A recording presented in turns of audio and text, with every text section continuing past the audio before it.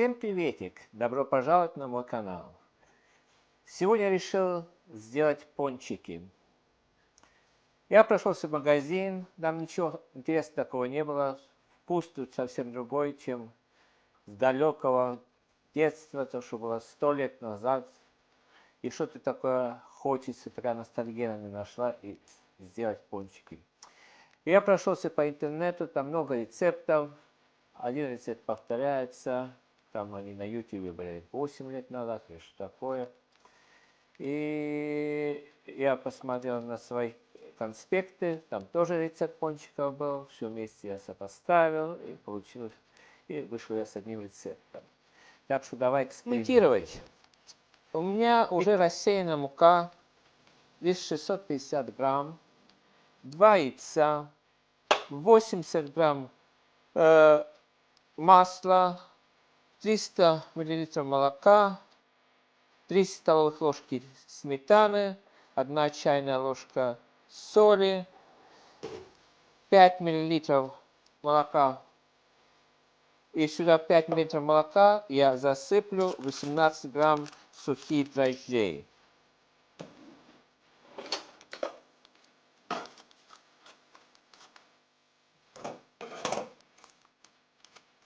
Посмотрим, что получится.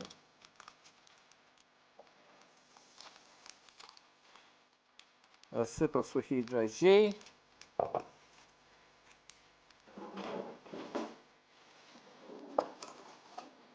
С общего количества сахара я возьму 1 чайную ложечку сахара, и эти дрожжи с молочком я замешаю.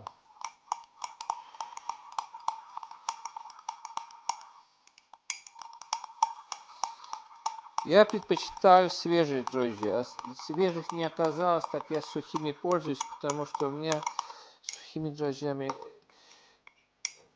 не всегда получается. Из-за этого я решил немножко развести ряд, бифу я все вместе разведу.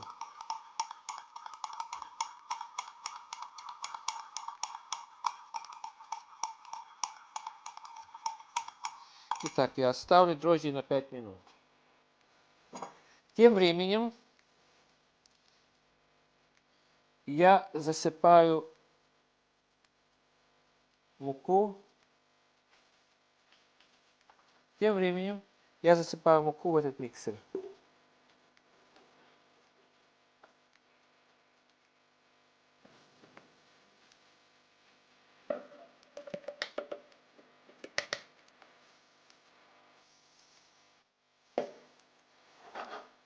Все сухие ингредиенты добавляем в первую очередь. Так что я засыпал муку, соль, яйца, сахар,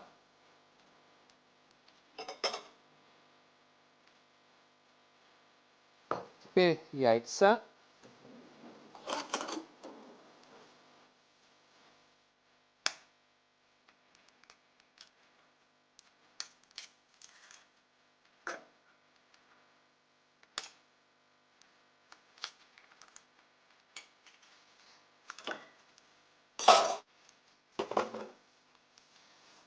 наливаю масло,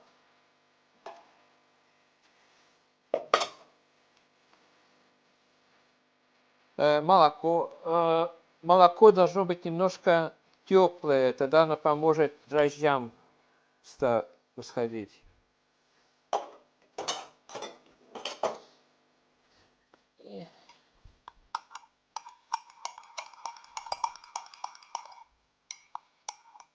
Дрожжи даже начинают работать, здесь пенка образуется. Теперь я заливаю дрожжи.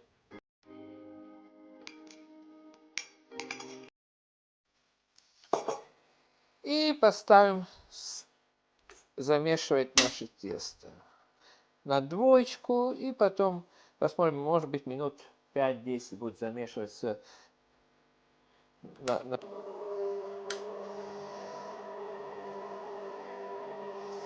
Сейчас замешивается на двойке, а потом посмотрим, как там смешивается, тогда мы скорость прибавим.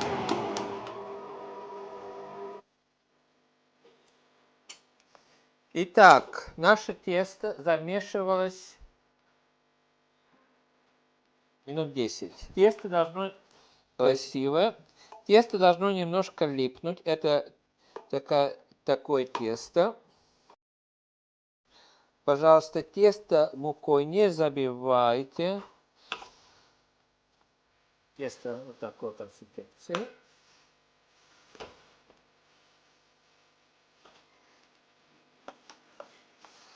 Миксер я убираю.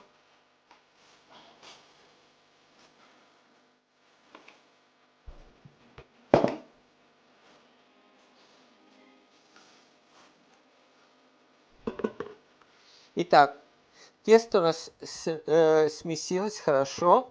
Теперь мы тесто переложим в эту миску. Добавлять я муку туда не буду. Я недавно научился то, что вместо муки немножко попрыскать маслом.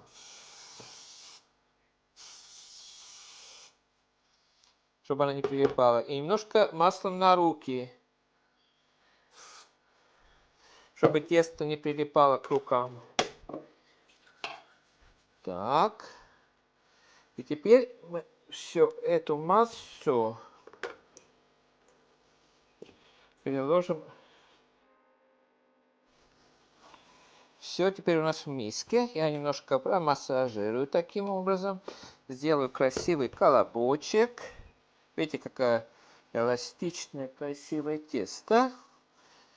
И теперь мы поставим сюда. И накроем. Вот таким образом. И поставим тесто поставим где-то в теплое место на полчасика. И проверим обратно. Наш тест поднималось 3 часа. Мне не повезло с сухими дрожжами, что очень медленно поднималось сначала. А потом я поставил духовку на подогрев 50 градусов, держал 1 час, и тесто стало подниматься, как сумасшедшее. Итак, сейчас я вам покажу, как тесто готово уже. И я переложу на стол. Я уже место подготовил все. Также мне подготовлено то, что я буду жарить мои пончики. Это масло будет готовиться. Я поставил на 180 градусов, оно сейчас нагревается. Перед тем, как тесто я положу на стол, я стол попрыскаю немножко маслом, чтобы тесто не прилипало, и также маслом мои руки.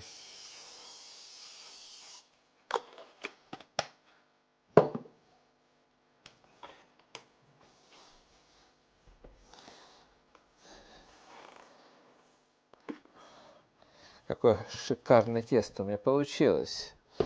Так, я сейчас поделю на две части. Одной частью я буду работать, другую частью я положу обратно в миску и накрою, чтобы не проветривалось.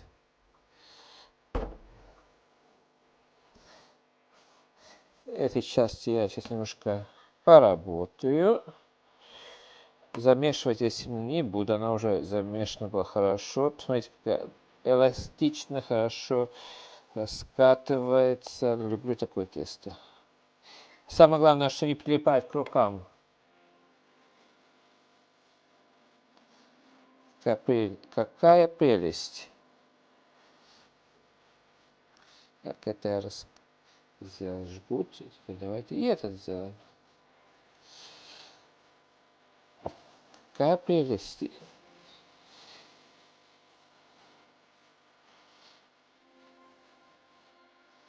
И теперь я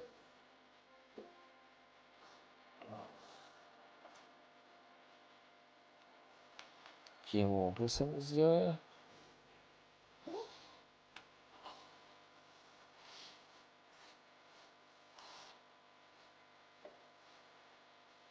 У меня дедушка когда-то был пекарем.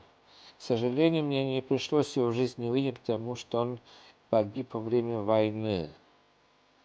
Я когда с моей матерью разговаривал, она говорит, ну вот ты как дед у нас печешь. Так что взял один сделал такие дырочку, и такой получился у меня классный кружочек, как колечко. Сейчас я сюда все сложу, приготовлю к жарке, и таким образом я сделаю много колечек. Видно? Видно. Так что я возьму еще один дырочку в серединке. Так, покручу, наверчу. И колечко получилось. И так мы сделаем все то, что у нас на столе. Пока у нас масло еще подготавливается. Кружочки получились, эти самые кольчики, кольца получились не совсем как положено, но самое главное мы делаем для себя, потому что у меня дети, они с удовольствием это будут кушать. Потому что эту партию я сделал так колечками, а другую партию, то, что у меня отложено, я, наверное, сделал просто мячиками, кругляшками. Посмотрим, что получится.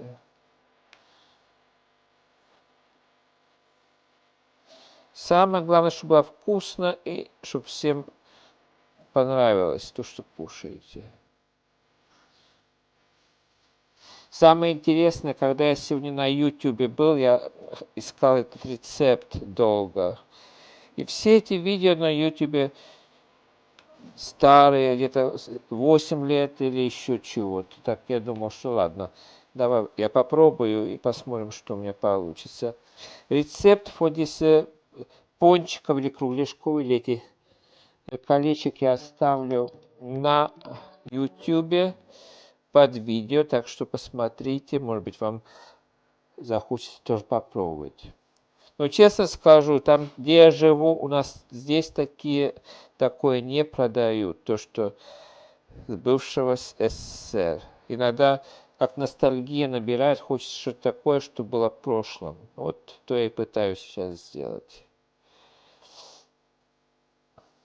И у нас, к сожалению, здесь, где я живу, только есть магазины, но они очень далеко от меня, где я живу, а тут самый такой близкий, это турецкий магазин, и они продают там, ну не все, что хотелось бы, но главное, чтобы не лениться и попытаться можно сделать. А на следующей неделе, дай бог, если все хорошо у меня получится, я попытаюсь сделать вареники. У меня мама делала раньше. Я помню, когда у меня отец сам родом был с Краснодарского края, бабушка была хохлушка у нас под Черниговщиной, а дедушка был у меня донской казак. И вот когда мы ездили в Краснодарский край, там мне тетя жила, летом всегда мы ездили, и она всегда делала вареники с вишней для меня. Это было что-то невероятное. До сих пор вспоминаю, но, к сожалению, в то время я был еще маленький, только вот... А сейчас уже время проходит, и думаешь, Господи, как хотелось бы вернуться туда в то время. Было намного интереснее. А сейчас интересно, но все по-другому. Так, все круги, как вы видите, я сделал много этих колечков, так что посмотрим, что у нас получится. Да, сейчас посмотрим, как у нас масло подогревается, и начнем жарить. У меня все уже подготовлено. Ну, вот таким образом. Так. Итак, у меня масло подогревшее. Сейчас мы снимаем, убираем и начнем жарить. Итак, с Богом. Посмотрим, что у нас тут творится. Что-то у нас получается. Жарится красиво. увеличиваются в размере, всплывают. Дай Бог, чтобы что-то у нас получилось сегодня.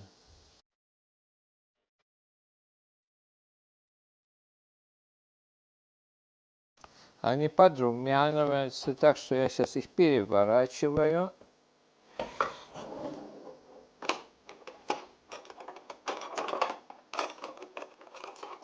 Переверну быстренько. И пускай с другой стороны тоже поджарится немножечко, и мы снимем.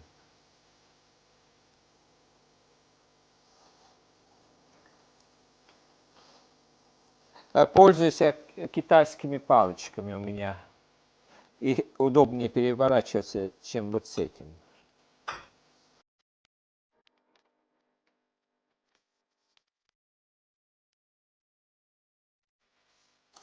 Сейчас мы их положим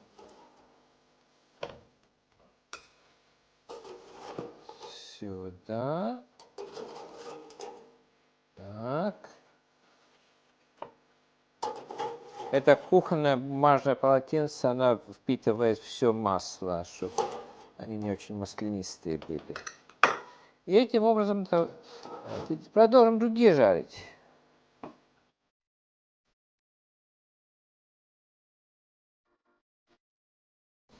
И потом мы их посыпем сахарной пудрой. А один этот я хочу попробовать, что же у меня получилось еще горячее. Смотрите. Смотрите, возьму. Как вата. Какая прелесть.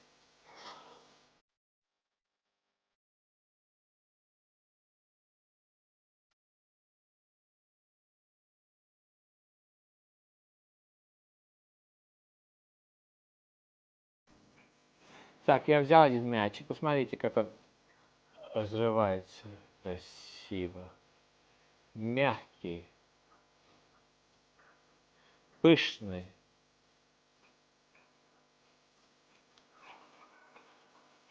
И вкусный тоже.